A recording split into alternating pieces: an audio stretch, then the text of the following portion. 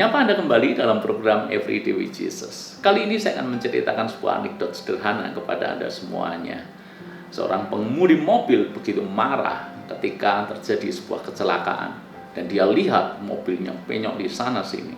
Lalu kemudian ketika dia turun, dia datangi pengemudi yang lain itu dengan masih sangat marah dan emosi. Dan orang ini berteriak kepada pengemudi itu, "Kalau setir perhatikan jalan, bisa setir gak sih?" Lalu kemudian sambil mengomel-ngomel, pengemudi ini berkata kepada orang itu, "Kamu tahu nggak bahwa kamu ini mobil keempat yang aku tabrak hari ini?" Apa pesan moral dari anekdot di atas? Pesan moralnya seperti ini: jika Anda bermasalah dengan banyak orang, kemungkinan besar Andalah masalahnya. Itu seperti prinsip keju Limburger. Apakah Anda pernah mendengar prinsip keju Limburger ini? Jadi ceritanya seperti ini. Kalau Anda mengoleskan keju Limburger, keju yang sudah busuk, ke hidung Anda, maka hidung Anda akan mencium bau busuk. Dan tidak peduli kemanapun Anda pergi, dimanapun Anda berada, yang Anda cium hanyalah bau busuk.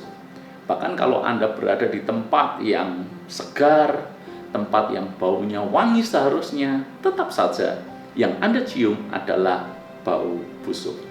Masalahnya bukan di mana Anda berada. Masalahnya bukan lingkungan di mana Anda berada. Masalahnya ada pada diri Anda sendiri, yang di hidung Anda ada keju bau busuk. Kita sering menjumpai orang yang bermasalah di sana sini. Bermasalah dengan keluarganya, bermasalah dengan rekan kerjanya, bermasalah dengan saudara seiman, dan bermasalah juga dengan teman-temannya. Kalau ada orang bermasalah di mana-mana, kemungkinan besar orang itulah yang jadi masalah. Mungkin saja dia berkata bahwa keluarganya yang salah. Mungkin saja dia berkata saudara seimannya yang tidak rohani. Atau bisa saja dia berkata bahwa rekan kerjanya tidak profesional saat dia bekerja. Atau mungkin dia bisa berkata teman-temannya yang tidak mau mengerti dia. Tapi jelas sekali, kalau di mana-mana dia bermasalah, masalahnya ada pada dia.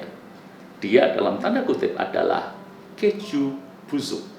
Yang artinya dimanapun dia berada, yang dia cium adalah bau busuk yang sebetulnya bersumber pada dirinya sendiri. Yesus pernah berkata seperti ini, "Mengapa engkau melihat selumbar di mata saudaramu, sedangkan balok di dalam matamu tidak engkau ketahui?" Dengan kata lain, Yesus mau mengajak kita semuanya introspeksi diri. Jika di mana-mana kita bermasalah, jangan-jangan masalahnya bukan ada pada mereka. Masalahnya justru ada pada diri kita.